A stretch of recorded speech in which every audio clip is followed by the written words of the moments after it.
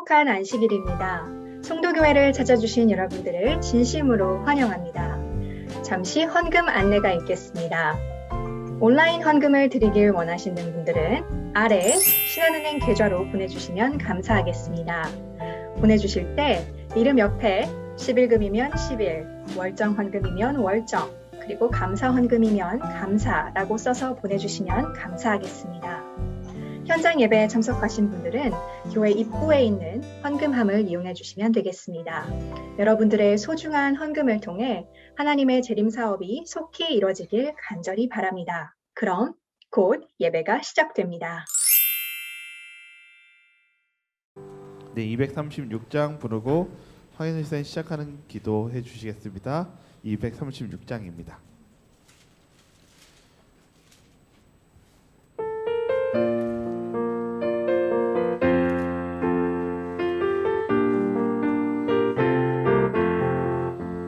거룩한 말씀을 연구하세 구주를 항상 찾아서 생명의 말씀 잘 알도록 날마다 가르침 받세 거룩한 책을 연구하며 진리를 찾아 구하라 주님의 귀한 성경 말씀 우리의 인도자로다 거룩한 말씀을 연구하세 하늘로 가는 길 찾아 영화로운 성에 이르도록 주님의 말씀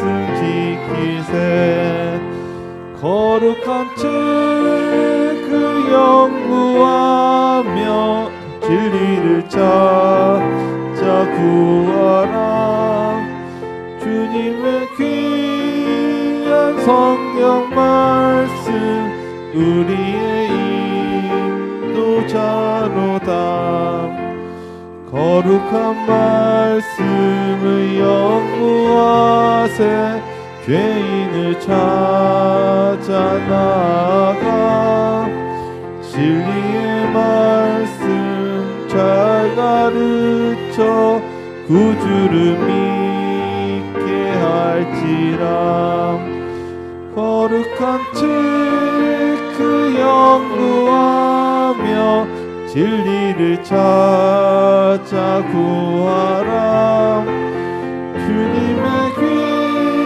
귀한 성경 말씀 우리의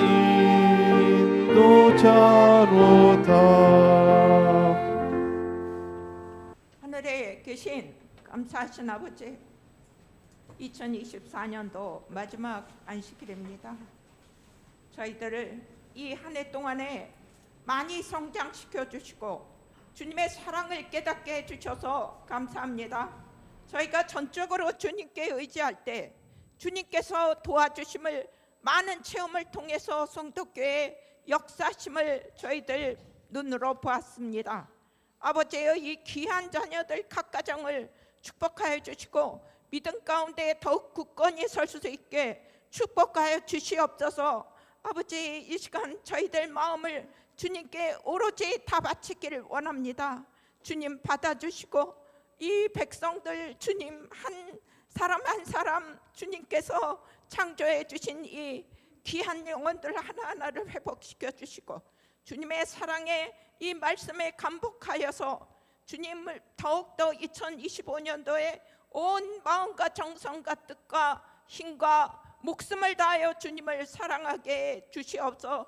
많은 축복 가운데 주님께 영광 돌릴 수 있게 도와주시옵소서. 아버지 우리 권찬함 집사님, 유춘자 집사님, 윤도희 선생님, 강옥 아버지 귀한 딸들의 가정을 소생시켜 주시고 그들을 통하여 구원을 이루게 하시고 꼭 하늘에 갈 수 있는 준비를 하게 주시옵소서. 우리 소연양 조서연 양 주님 입시에 주님 함께 해주시고 또 이렇게 김영희 집사님 감기로 못 오셨습니다. 이 영혼 소생시켜 주시고 주님 이 예배에 참석 못한 아버지 귀한 자녀들 아버지 기억하여 주시고 그들의 각 마음에 하나님께서 함께 역사하여 주셔서 주님께 더욱더 열렬히 주님을 사랑할 수 있는 귀한 자녀들 되게 도와주시옵소서. 우리 목사님에게 성령님께서 역사하여 주셔서 말씀 하나하나가 주님의 인도함을 받게 도와주시며 그에게 지력을 허락하여 주셔서 더욱더 많은 진리의 말씀들을 찾아서 주님께 영광 돌릴 수 있는 귀한 자녀들 되게 도와주시고 이 방송 청취하시는 모든 분들의 마음을 부드럽게 해주시고 이 말씀 잘 깨닫게 해 주옵소서. 예수님 이름으로 기도합니다. 아멘. 네, 저희 준비된 특창 듣고 저희 이어서 시작하도록 하겠습니다.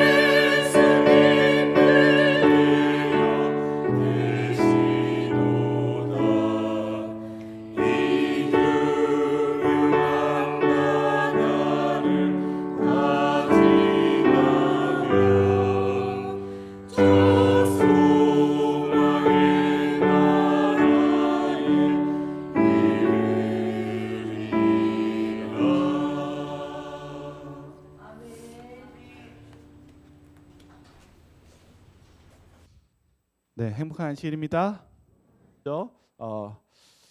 데이빗이 오늘 마지막 안식이니까 자신의 소감과 메시지를 우리 교우님들에게 인사 좀 나누도록 하겠습니다.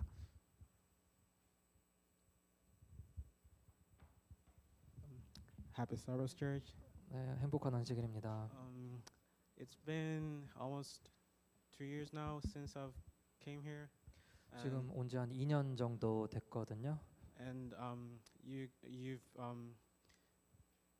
closed me and welcomed me as a family member.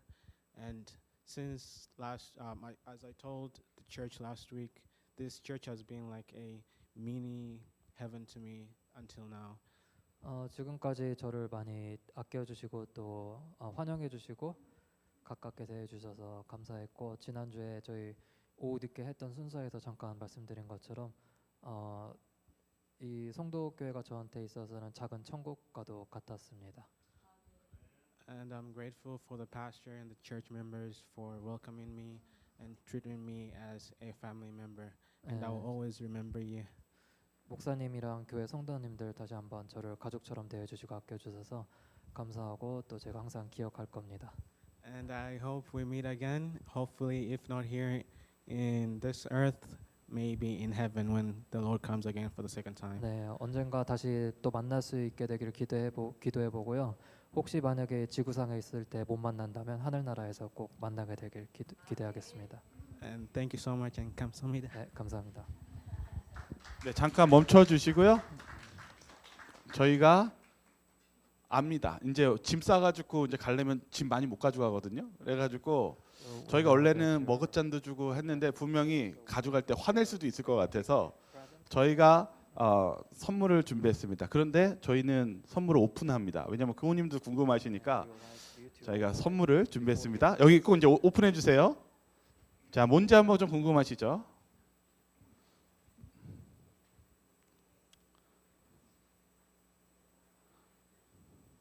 네, 저희가 한국을 잊지 말라고 선물을 또 성도교회를 잊지 말라고 선물을 준비했습니다. 아마 자주 보게 될 거예요. 자, 뭔지 한번 보시기 바랍니다. 네, 한번 안에 한번 열어보시겠어요? 네, 이제 학교 가니까 뭐 형광펜도 있고 샤프도 있고 있는데 한국 그 전통 필통입니다. 그래서 보시면은 한복에 쓰는 그 모지로 이렇게 해서 필통을 만들었는데 가시면 아마 한국 사람들이 그거 어디서 났냐고 얘기하면은 꼭 한국 사람들과 친하게 지내시기 바라겠습니다.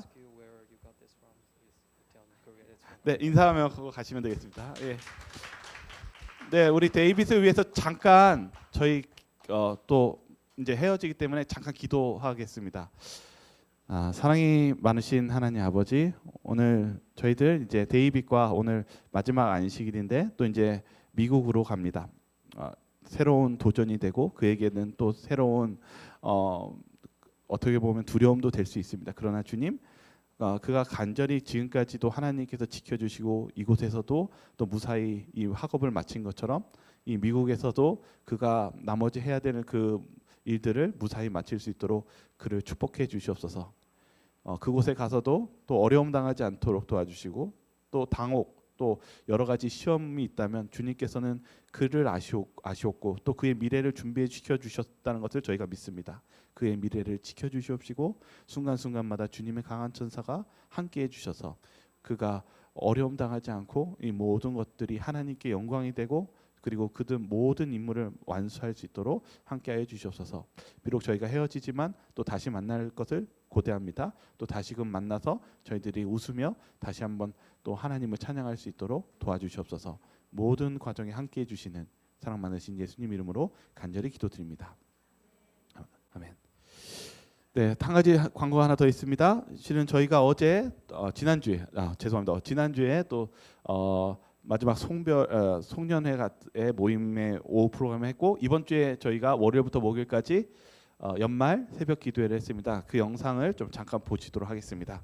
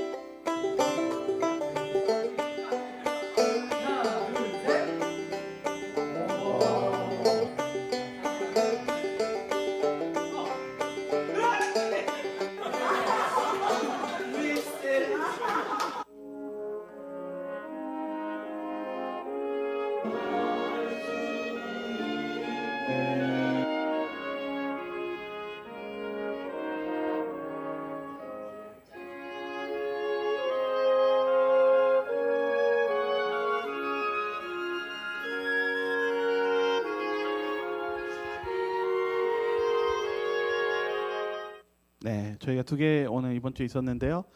다음에도 저희 또 연말에 이런 모임이 있었을 때 또 많은 분들 다 초대합니다. 참여해 주시고요. 또 함께 정말 좋은 시간 나눴으면 좋겠고 또 저희가 이렇게 다음번에도 이런 새벽 기도회가 있었을 때 여러분들 많은 은혜와 또 하나님 만나는 시간 있었으면 좋겠습니다.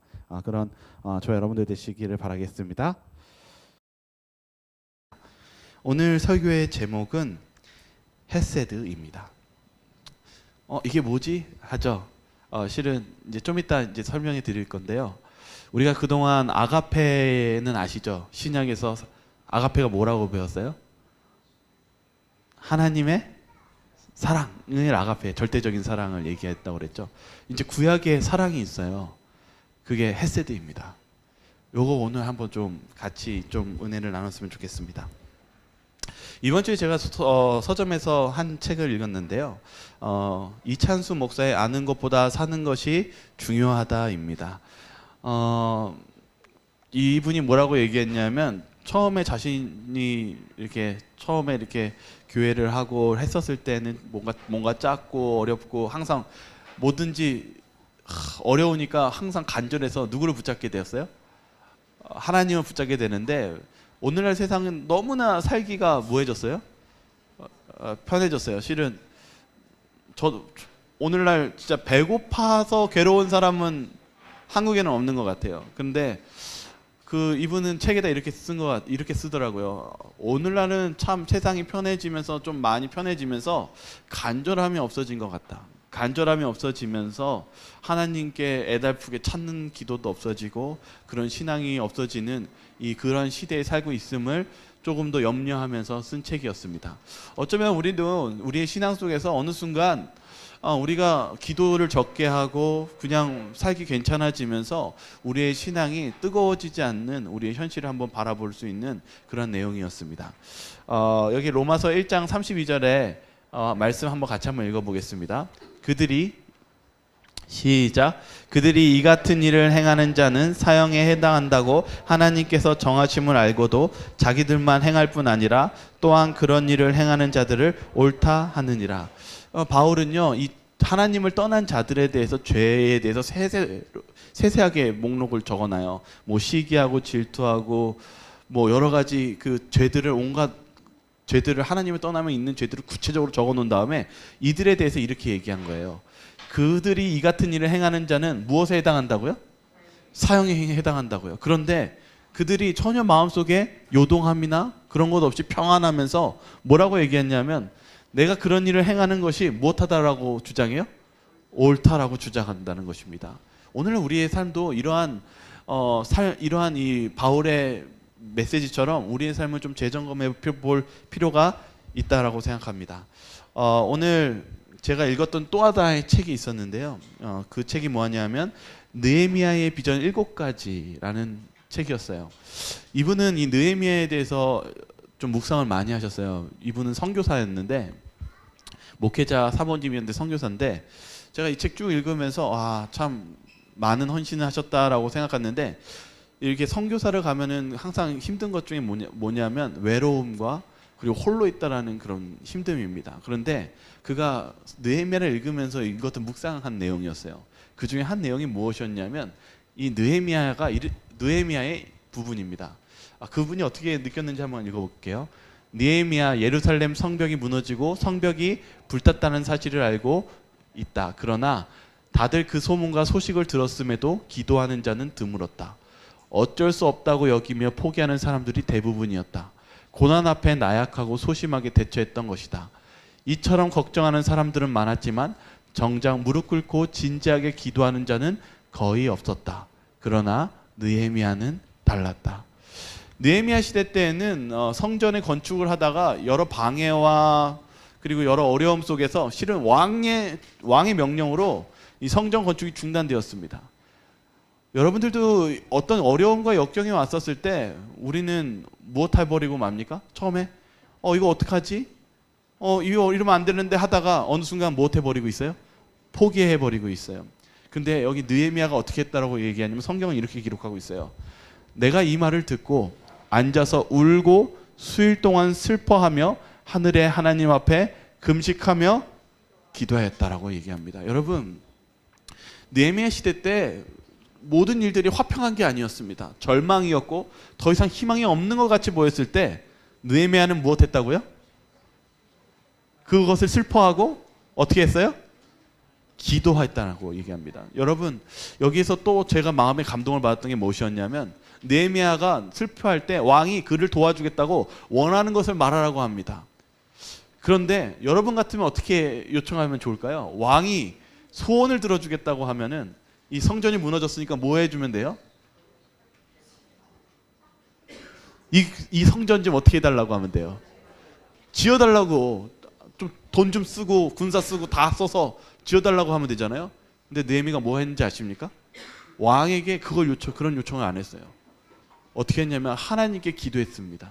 오늘 제가 이 책을 읽으면서 느헤미야를 다시 읽으면서 묵상한 게 무엇이었냐면, 느헤미야는 사람한테 의지한 게 아니라 누구에게 전적으로 의지했습니까? 하나님께 전적으로 의지하고 결국은 그 임무를 완수할 수 있었습니다. 어쩌면 우리의 삶 속에서 어떤 어려움과 절망이 올 때 어떻게 하십니까? 저는 우리가 그냥 거기에서 절망해서 끝나는 건 아닌 것 같아요. 무엇까지는 가냐면 기도까지 가는 것 같습니다.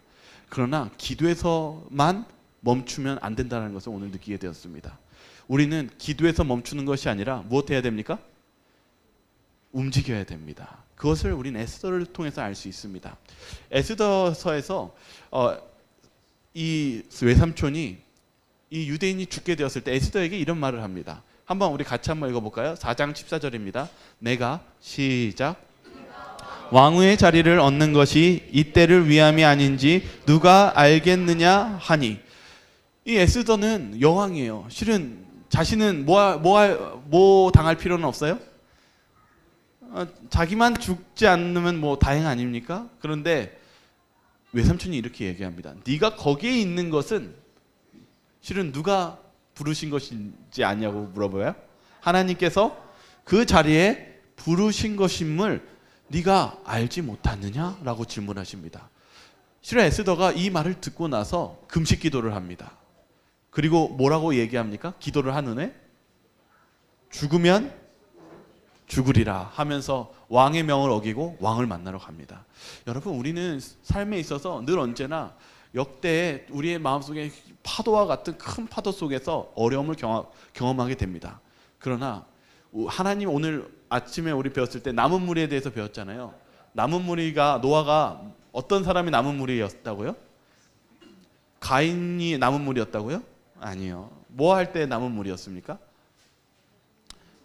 하나님의 말씀에 실은 믿음과 순종이 있었을 때 그 사람이 남은 무리라고 하지 않았습니까? 이건 것처럼 우리 에스더와 오늘 느헤미야는 기도에서 멈춘 것이 아니라 하나님의 기도 속에서 그 힘을 입어서 무엇한 사람이 하나님의 백성이었습니까? 순종하며 그 믿음대로 행한 사람이 하나님의 백성이었습니다. 오늘 그러한 가운데서 한 이야기를 하려고 합니다. 그 단어가 바로 헤세드라는 단어입니다. 지금까지 제가 몇 번 설교한 게 아가페였습니다. 고린도전서 13장에 있는 설교였죠. 하나님의 무한하신 절대적인 사랑. 그런데요, 히브리 사람들은 이 헤세드라는 단어를 써요. 이 헤세드를 성경에서는 뭐로 많이 번역하냐면 인자라고 많이 번역합니다. 때로는 친절로 번역합니다. 때로는 뭐로도 번역하냐면 선함, 긍휼, 사랑이라고 번역합니다. 그러면 이 의미를 좀 받아들이시겠습니까? 실은요, 왜 이런 의미가 많냐면요, 영어에 이 헤세드를 제대로 번역할 수 있는 단어가 없어요. 실은 한국말도요. 여러분, 우리나라의 정이라는 단어 아십니까? 정. 외국인이 제일 이해 못하는 한국 단어 중에 뭘 제일 이해 못하냐면은 정이라는 단어를 이해를 못해요. 근데 여러분, 정이라는 거 알죠? 왜 알아요? 네? 여러분은 이 언어를 체험했기 때문에 알아요. 경험하고. 이 단어가 그래요. 헤세드가요. 실은 저도 이 헤세드가 들어도 너무 헷갈려요. 왜냐하면은 너무 광범위해요. 표현이요. 근데 하나님의 사랑이 이 헤세드, 구약은 헤세드라고 얘기합니다. 근데 제가 그 중에 몇 부분만 좀 얘기할게요. 왜냐하면 너무 어려워서. 그리고 이 헤세드란 단어가 실은 너무 광범위하고 실은 원래 이해할 수 없는 단어 중에 하나예요. 그래서 오늘 그 헤세드가 최대한 여러분들 이야기에 이것에 맞는 이야기들을 좀 같이 나누려고 합니다. 제가 오늘 첫 번째 이 헤세드란 단어에 대해서 한 가지 의미를 표현하자면 그것은 바로 표현하는, 보여지는 사랑으로서 헤세드는 표현되어집니다. 헤세드가 어떤 걸로 표현되냐면 친절, 그리고 국률, 선함, 이에서 표현되는 사랑이거든요. 그래서 이것을 보여지는 사랑으로도 이야기합니다. 그런데 이 헤세드가요, 이 신명기에서 무엇과 연결되어 있는지 좀 보도록 하겠습니다. 오늘 실은 제가 깜짝 놀랐어요. 오늘 아침에 오늘 이호섭 전도사님이 그 설명했잖아요, 언약에 대해서요. 오늘 그게 실은 같이 있어요. 그래서 실은 언약은요 또 헤세드랑 연결이 돼 있어요. 그걸 한번 좀 같이 보겠습니다. 신명기서 4장 31절에 있는 말씀입니다. 내 하나님 여호와는, 시작, 내 하나님 여호와는 자비하신 하나님이심이라. 그가 너를 버리지 아니하시며 너를 멸하지 아니하시며 내 조상들에게 맹세하신 언약을 잊지 아니하시리라. 여기 헤세드가 들어가 있어요. 어디에 들어가 있냐면 자비요. 하나님은 사랑이시라 이렇게 얘기해요. 자비, 이 헤세드라는 단어를 써요. 그런데 어떤 하나님의 사랑이냐면 내 조상들의 맹세하신 언약을 못하지 않으세요? 아까 언약했을 때 왜 언약 맺으신다고 얘기했죠? 사람이 못하기 때문에 연약해서 흔들리고 그러기 때문에 하나님은 우리를 사랑하시는데, 헤세드 하시는데 우리가 잊어버릴까 봐 언약을 맺으신다는 거예요. 실은 헤세드는 언약하고 관련이 돼 있어요. 아까 뭐 출애굽하고 뭐 아브라함 했지만 계속 언약을 맺으십니다. 그래서 여기 이 헤세드에 대해서 이 주석 부분은 이렇게 얘기하고 있어요. 이 부분 한번 같이 한번 읽어보겠습니다. 이거 보이시나요? 네, 한번 읽을게요. 헤세드는, 시작, 헤세드는 이스라엘의 언약 준수 여부와 상관없이 언약 관계를 이끌어 가시겠다는 하나님의 결정이면서 이스라엘을 위한 배려이다. 그것은 하나님의 헤세드가 어떤 경우에도 변함없이 적용되기 때문이다. 이스라엘이 언약을 성실히 준수한다면 그들은 하나님께서 약속하신 복을 누리게 된다. 그러나 그렇지 못할 경우 이스라엘은 하나님의 저주로 심판을 받는 상황이 된다. 성경은 그에 대한 실제 증거들의 기록이다. 이스라엘에게 약속된 상으로서의 복과 저주로서의 심판은 모두 하나님의 헤세드에 의한 결과이다. 여기까지 읽겠습니다. 실은 아까 설명해 줬어요. 그 아까 아침에 했을 때요. 뭐냐면 하나님이요, 우리가 언약 맺으실 때 까먹을까봐 먼저 뭐 보여주냐면 출애굽할 때 애굽을 해주셨다고. 여기 있는 이 말씀입니다. 출애굽을 해주셨어요. 그러면서 봤지, 이제 나 무엇하라는 거예요? 믿어. 그러니까 너와 언약 관계를 맺을 테니까 걱정하지 말고, 난 변하지 않으니까 나를 어떻게 하라고요? 믿어. 내가 무엇 해줄게. 아브라함에게 쪼개주면서 반드시 이 약속을 못 한다는 거예요. 지킬 테니까 믿어라. 나랑 언약을 맺자. 이 이야기를 합니다. 네가 나와 나의 언약을 지키면 내가 어떻게 해주겠다고요? 구원해주고 축복해주시는 하나님이 되겠고, 그러나 네가 언약을 나와 파기하면은 내가 어떻게 해줄 수 없다고요? 너를 구원해줄 수 없고 도와줄 수 없다라는 것을 이야기한다는 것입니다. 이 모든 과정 안에는 뭐가 있어요? 하나님의 헤세드, 사랑의 결과라는 것입니다. 헤세드가 용어가 너무 표현이 많아가지고요, 오늘 여기서는 이 사랑이라고 이해하시면 됩니다. 그런 하나님의 사랑을 보여주십니다. 여기 보시면은 그 다음 과정을 보면 헤세드의 언약 속에서 아까 설명한 것처럼 사람들이 자꾸 그것을 잊어버립니다. 그래서 하나님이 다시 언약을 가르쳐 주시고 가르쳐 주십니다. 그래서 여기 보면은 하나님께서 왜 홍해 속에서 사람을 거기에 멈추셨냐, 그 부분에서 이렇게 얘기합니다. 백성들은 노예 생활을 하는 동안 하나님께 대한 지식과 아브라함에 세운 언약의 원칙을 대부분 잊어버렸다. 하나님께서는 그들을 애굽에서 구원하실 때 그들이 당신을 사랑하고 신뢰할 수 있도록 당신의 능력과 자비를 그들에게 나타내시고자 하셨다. 여러분, 하나님은 우리를 사랑하신다고 얘기합니다. 그리고 언약을 맺으셨을 때 우리에게 무엇을 하시는 것입니까?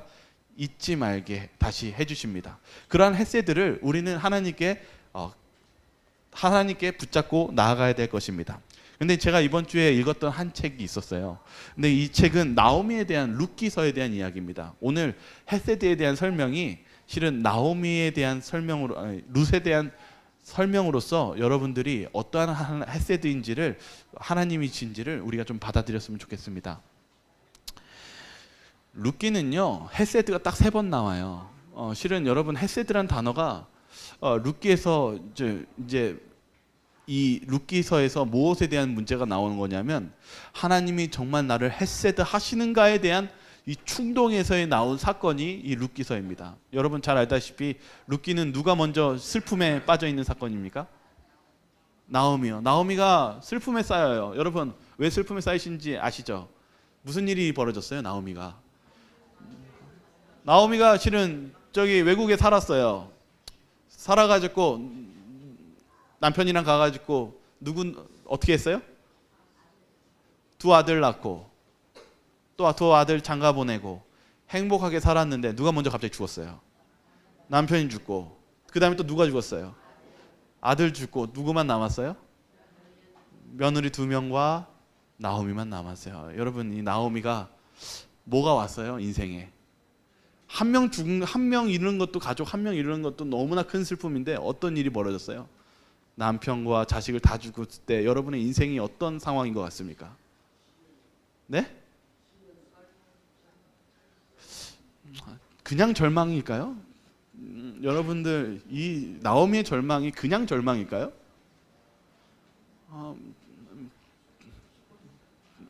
죽고 싶을 정도로. 여러분 여기 보세요.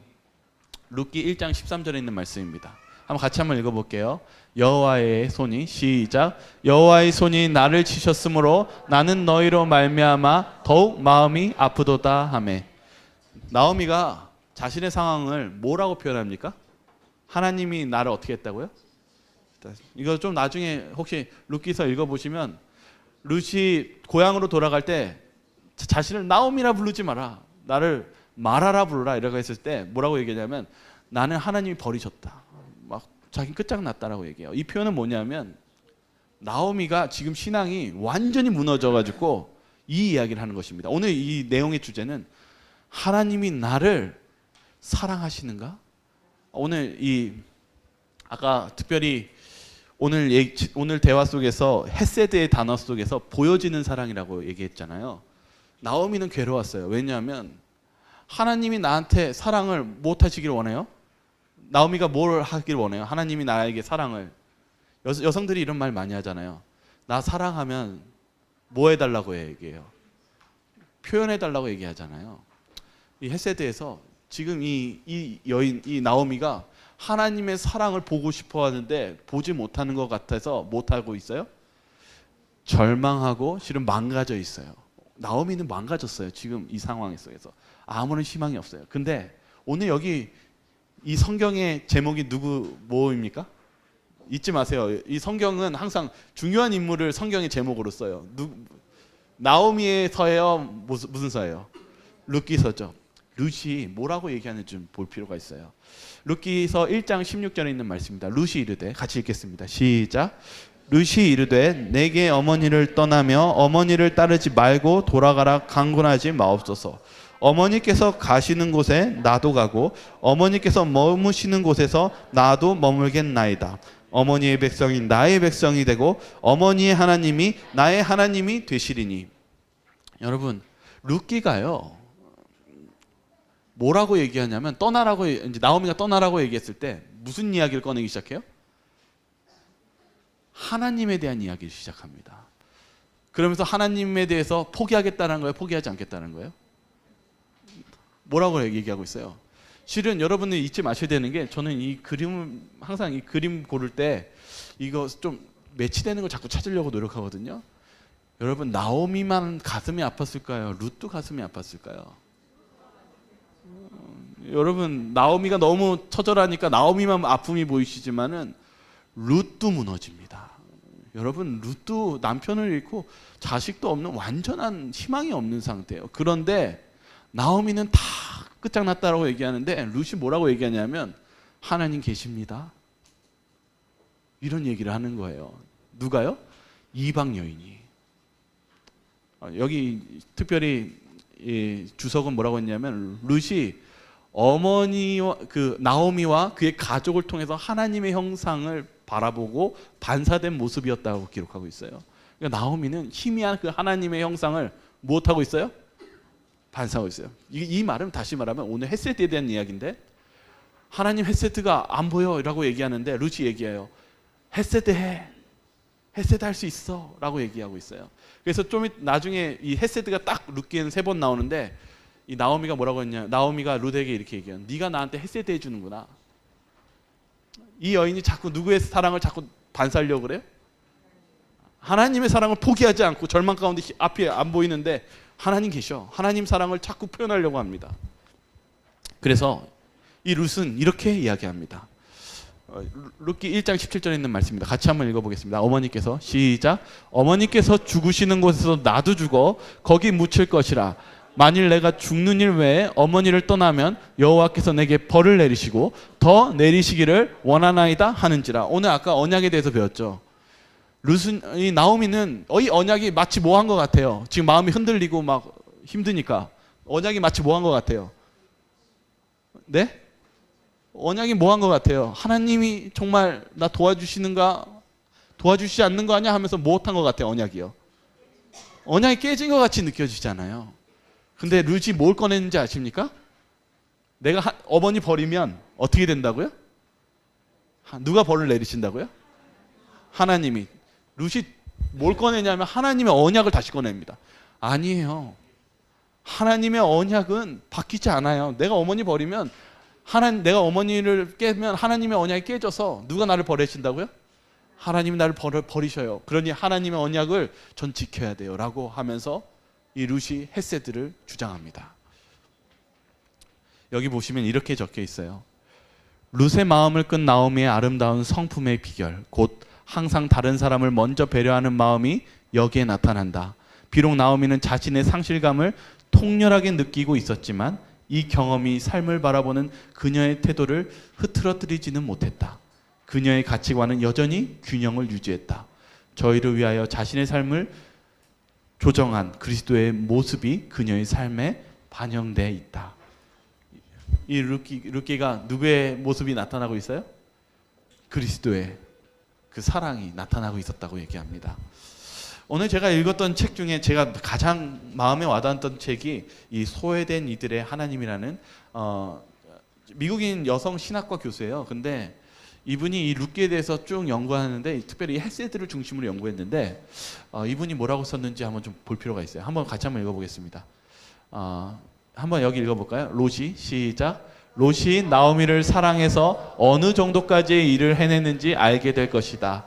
헤세드는 사람이 일반적으로 주고받는 사랑보다 더 높고 초월적인 사랑이다. 뭐라고 얘기했냐면 이 헤세드란 단어가 설명할 수밖에 없어요. 왜냐하면 이게 우리가 잘 모르는 단어이기 때문에요. 그냥 사랑이 아니라 무엇하는 사랑이라고요? 훨씬 우리가 봐서 초월적인 사랑이라는 뜻입니다. 여기 이 부분 이렇게 얘기합니다.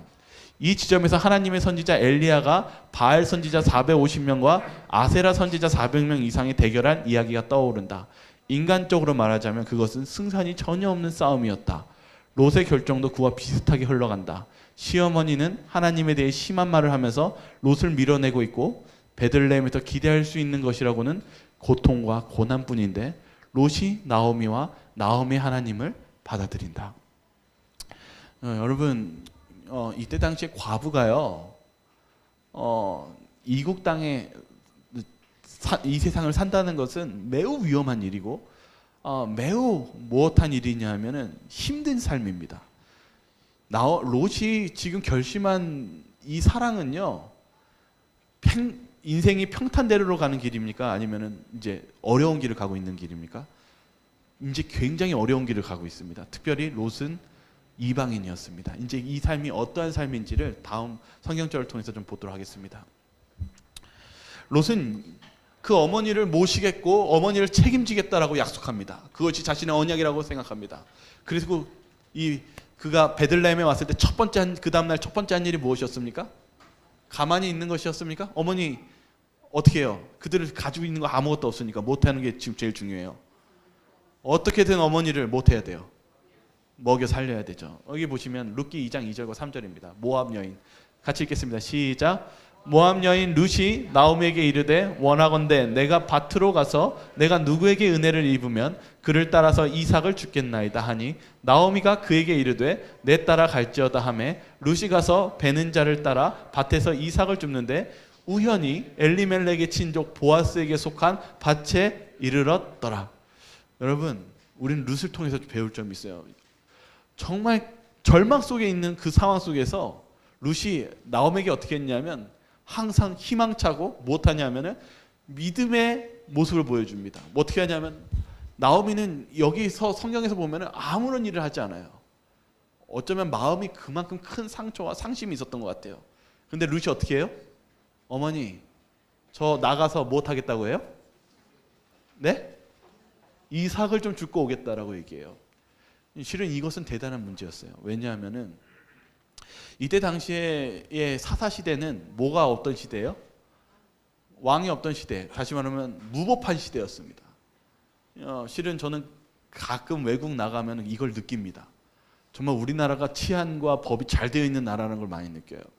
조금만 밖에 나가면 정말 무법한 데가 너무 많더라고요. 근데 이 여인이, 이방인이 이 밖에 나간다라는 것은 안전한 일입니까?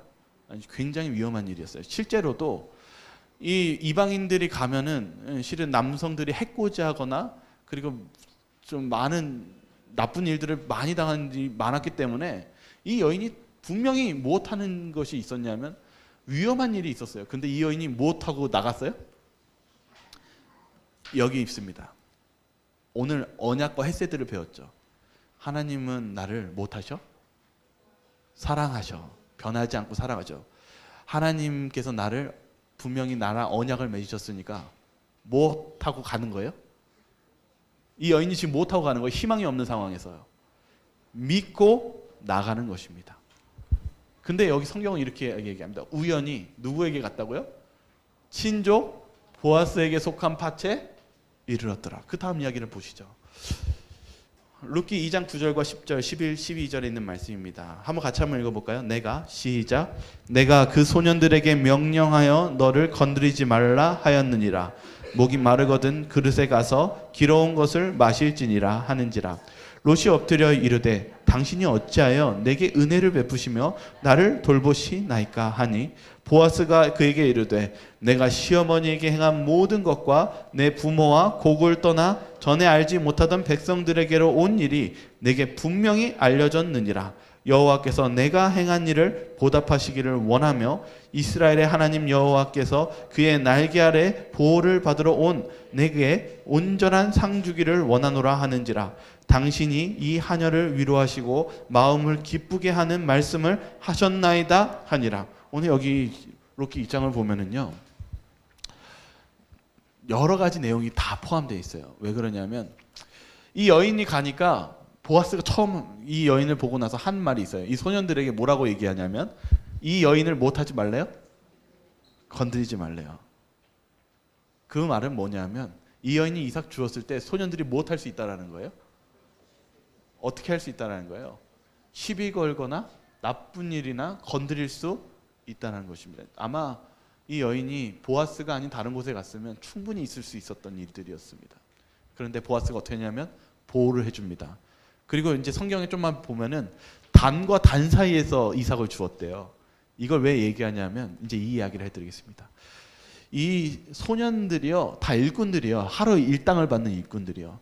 일당이 이때 당시에 얼마였냐면 곡식 250g에서 450g이었다고 얘기합니다. 그러니까 저 지금 보리 주스거든요. 한 250에서 450g이면 어느 정도 됩니까? 한 요 정도 돼요? 이거 집안 식구들 가져가면 딱 몇 끼 될 것 같아요? 한 끼는 좀 더 되겠죠. 그래도 너무 하시네.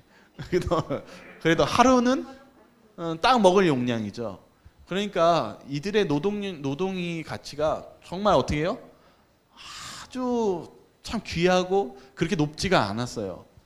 그런데 곡신의 단과 단 사이에서 줍는 것은 있을 수 있을까요? 쉬운 일일까요? 어려운 일일까요?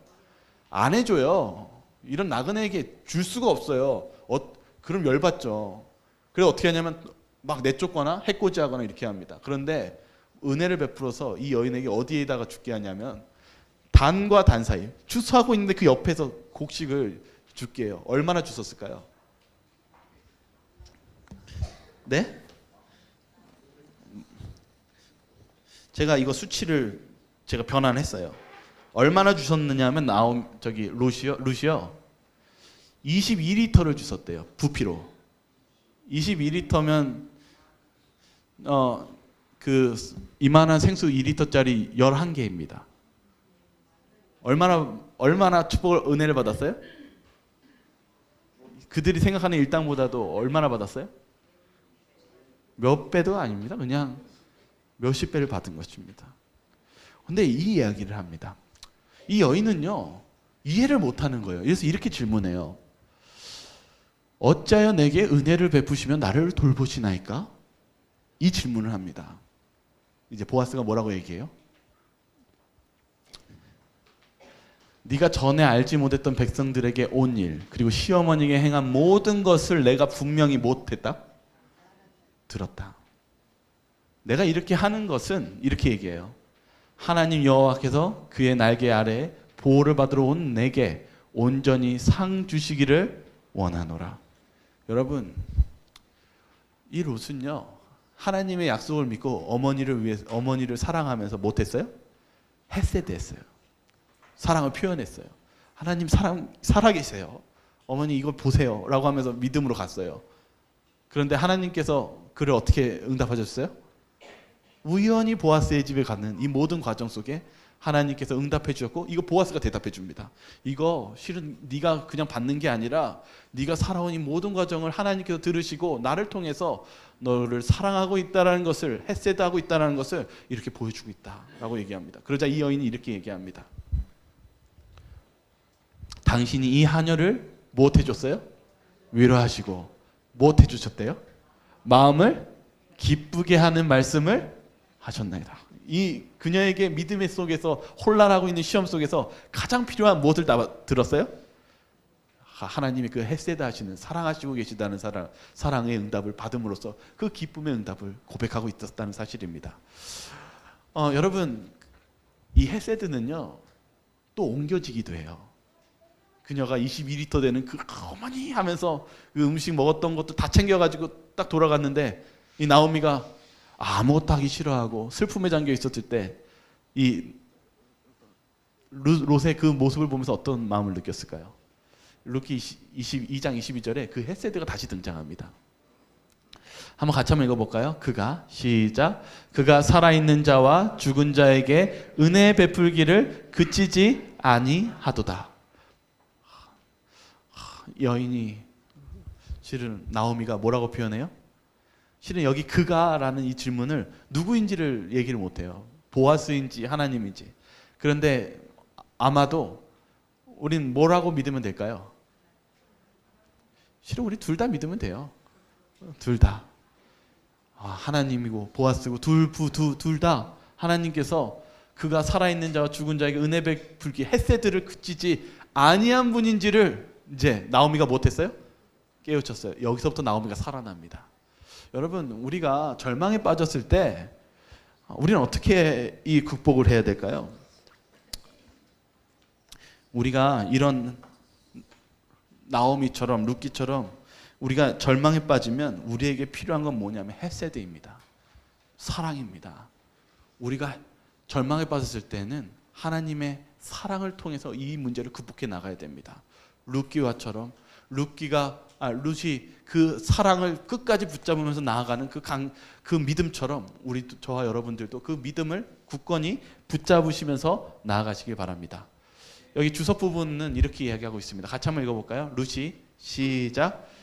룻이 참 하나님에 대한 아는 것이라고는 나오미와 그녀의 가족들을 통하여 반사된 하나님을 본 것뿐이었다. 이스라엘 백성을 통하여 하나님의 품성을 그들에게 나타냄으로써 그리스도를 알지 못하는 이들이 하나님께로 이끌려오게 하는 것이 하나님의 목적이셨다. 여러분, 하나님은 목적을 가지고 계십니다. 우리가 그 하나님의 사랑을 반사함을 통해서 또한 다른 사람들이 그 사랑을 바라보고 그 하나님을 찾아오는 그러한 모든 일들을 하나님께서는 계획하고 있으셨다는 사실입니다. 여기 하나님께서 그 다음 이야기는 좀 생략하겠습니다. 하지만 하나님께서 그 롯과 나오미를 그 하나님의 끝까지 사랑을 포기하지 않았을 때 하나님께서 큰 축복을 주셨죠. 그래서 이 여인, 이 나오미가 이렇게 얘기하고 있습니다. 이는 내 생명의 회복자이며 내 노년의 봉양자라. 곧 너를 사랑하며 7 아들보다 귀한 내 며느리가 낳은 자로다 하니라. 나오미가 실은 이제 보아스와 결혼하고 아이를 낳았을 때 나오미가 뭐라고 얘기했냐면 이 룻이 누구보다 낫다고요? 7 아들보다도 못했대요? 귀한 아들이었대요. 귀한 며느리였대요. 그것에 대해서 캐롤린 커스티스 제임스라는 이 교수가 이렇게 얘기했어요. 롯은 최상의 헤세드의 희생을 한다. 자기 아들을 나오미에게 주므로 나오미의 텅 빈 상태를 되돌린다. 나이든 여인들은 자기들을 돌봐주고 착취와 사회의 무서운 무리에게서 보호해주며 대변해주고 권리를 옹호해주며 대를 이을 아들을 낳아서 아버지의 이름과 땅을 지킬 아들들에게 의지했다. 롯이 나오미를 위해 이 모든 일을 했다. 이 모든 것이 롯에게는 힘겨운 싸움이었다. 하지만 롯은 그래도 해냈다. 7 아들이 있다고 해도 그만큼 해내지 못했을 것이다.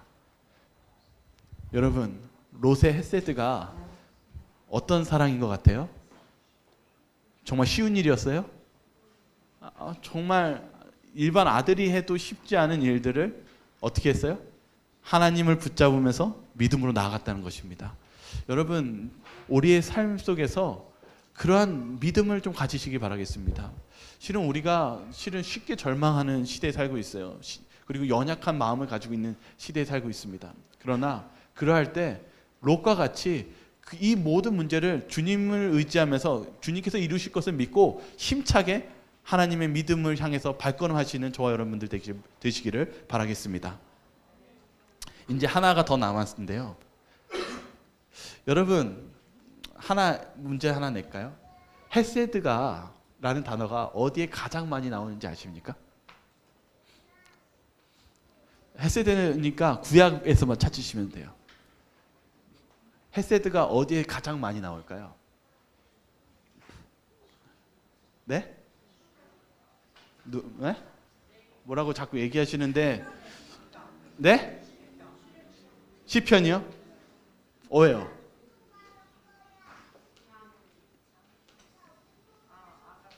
아가서? 아유, 답을 버리셨어요. 시편이었어요. 시편이에요. 성경에서 바로 이 헤세드가 가장 많이 나오는 단어는 시편입니다. 시편에 구약에서 246번 나오는데 절반이 시편에서 나와요. 누가 제일 많이 이 인자에 대해서 얘기 많이 할까요? 다윗이요. 왜 그런지 한번 생각해 보셨어요? 아까 룻기가 무엇에 대한 문제로 고민하고 있었던 책이라고 그랬어요? 나오미가 하나님 나 무엇하셔? 나 사랑하시는 거 맞아? 이런 고민 속에 있는데 이방인 룻기가 이렇게 나오면서 얘기하는 거예요. 하나님 사랑해요.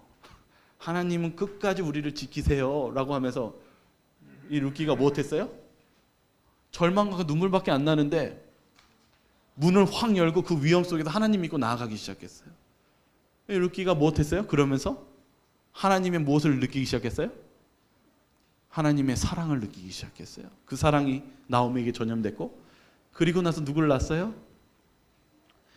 다윗의 증조 할아버지를 낳았어요. 그런데 이 이야기가 시편에서 나옵니다. 한번 읽어볼까요? 성경절 시편 23편 6절에 있는 말씀입니다. 내 평생에 시작. 내 평생의 선하심과 인자하심이 반드시 나를 따르리니 내가 여호와의 집에 영원히 살리로다. 다윗이 이렇게 고백합니다. 내 평생의 선하심과 헤세드, 인자하심이, 하나님의 사랑이 나를 어떻게 한다고요? 반드시 못한다고요? 따르리니. 여러분, 우리의 신앙 속에서 다윗이 이렇게 강하게 하나님의 사랑을, 변함없는 사랑을 얘기할 수 있었던 것은 또 누가 있었기 때문일까요? 그의 할머니, 그 증조 할머니의 이 믿음의 절망 속에서 하나님을 굳게 붙잡는 그 믿음이 이 다윗에게서도 이 헤세드가 매우 자주 언급되었다는 사실입니다. 그 헤세드라는 그 변함없는 그 사랑을 가지고 다른 사람들이 다 그 블레셋의 골리앗을 보고 두려움에 떨 때 누가 용기 있게 이야기했습니까? 다윗이 하나님의 사랑을 얘기하면서 그분의 인자하심과 그분의 놀라우심을 증언하면서 하나님께 나아가며 이스라엘의 가장 큰 존경받는 왕이 되었듯이 하나님의 그 헤세드는 변함없으시고 그리고 놀라우신 우리의 언약과 능력을 펼치시는 그러한 하나님을 나타내신다는 사실을 오늘 이 룻기와 이 시편을 통해서 이야기하고 있다는 사실을 오늘 저와 여러분들이 믿으시기를 바라겠습니다. 미가서 5장 2절에요. 이런 성경절이 있어요. 베들레헴 한번 같이 한번 읽어볼까요? 시작. 베들레헴 에브라다야, 너는 유다 족속 중에 작을지라도 이스라엘을 다스릴 자가 내게로 나올 것이라. 그의 근본은 상고의 영혼에 있느니라.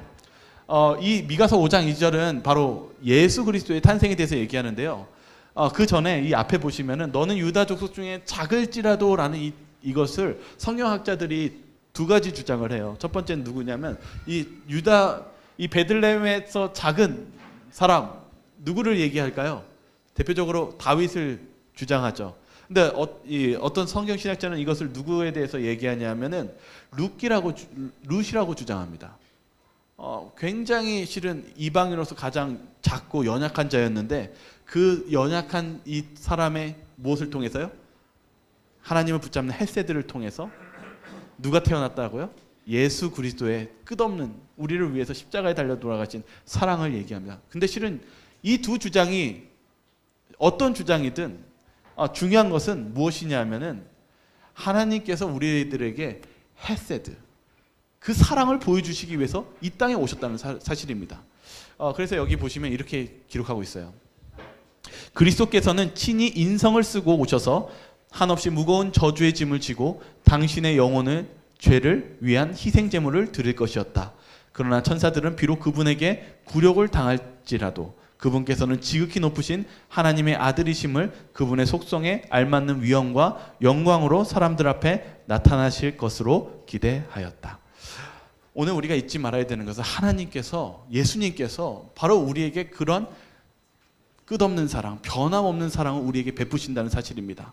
하나님은 한 번도 약속을 어기신 적이 없습니다. 하나님은 우리를 구원해 주시기 위해서 늘 언제나 우리와 함께 계십니다. 그래서 우리가 해야 될 일은 무엇이냐면 바로 변하지 않는 하나님의 사랑을 붙잡는 것입니다. 여러분, 우리가 어떤 환경이 처할지라도 주님을 포기하지 마시기 바라고 주님께 손 내밀며 그분을 붙잡으시기 바랍니다. 하나님을 붙잡을 때 롯이 하나님으로부터 큰 축복과 놀라운 영광을 받았던 것처럼 다윗이 하나님의 그 헤세드를 매일과 같이 주장하면서 그분의 인자하심을, 축복을 누린 것처럼 저희들도 그 어떤 순간이 있을지라도 그분을 붙잡을 때 그분께서는 우리에게 가장 평안하고 평탄한 그런 구원의 손길을 주실 것임을 믿고 바라시면서 나아가길 바라며 오늘 말씀을 마치도록 하겠습니다. 네, 오늘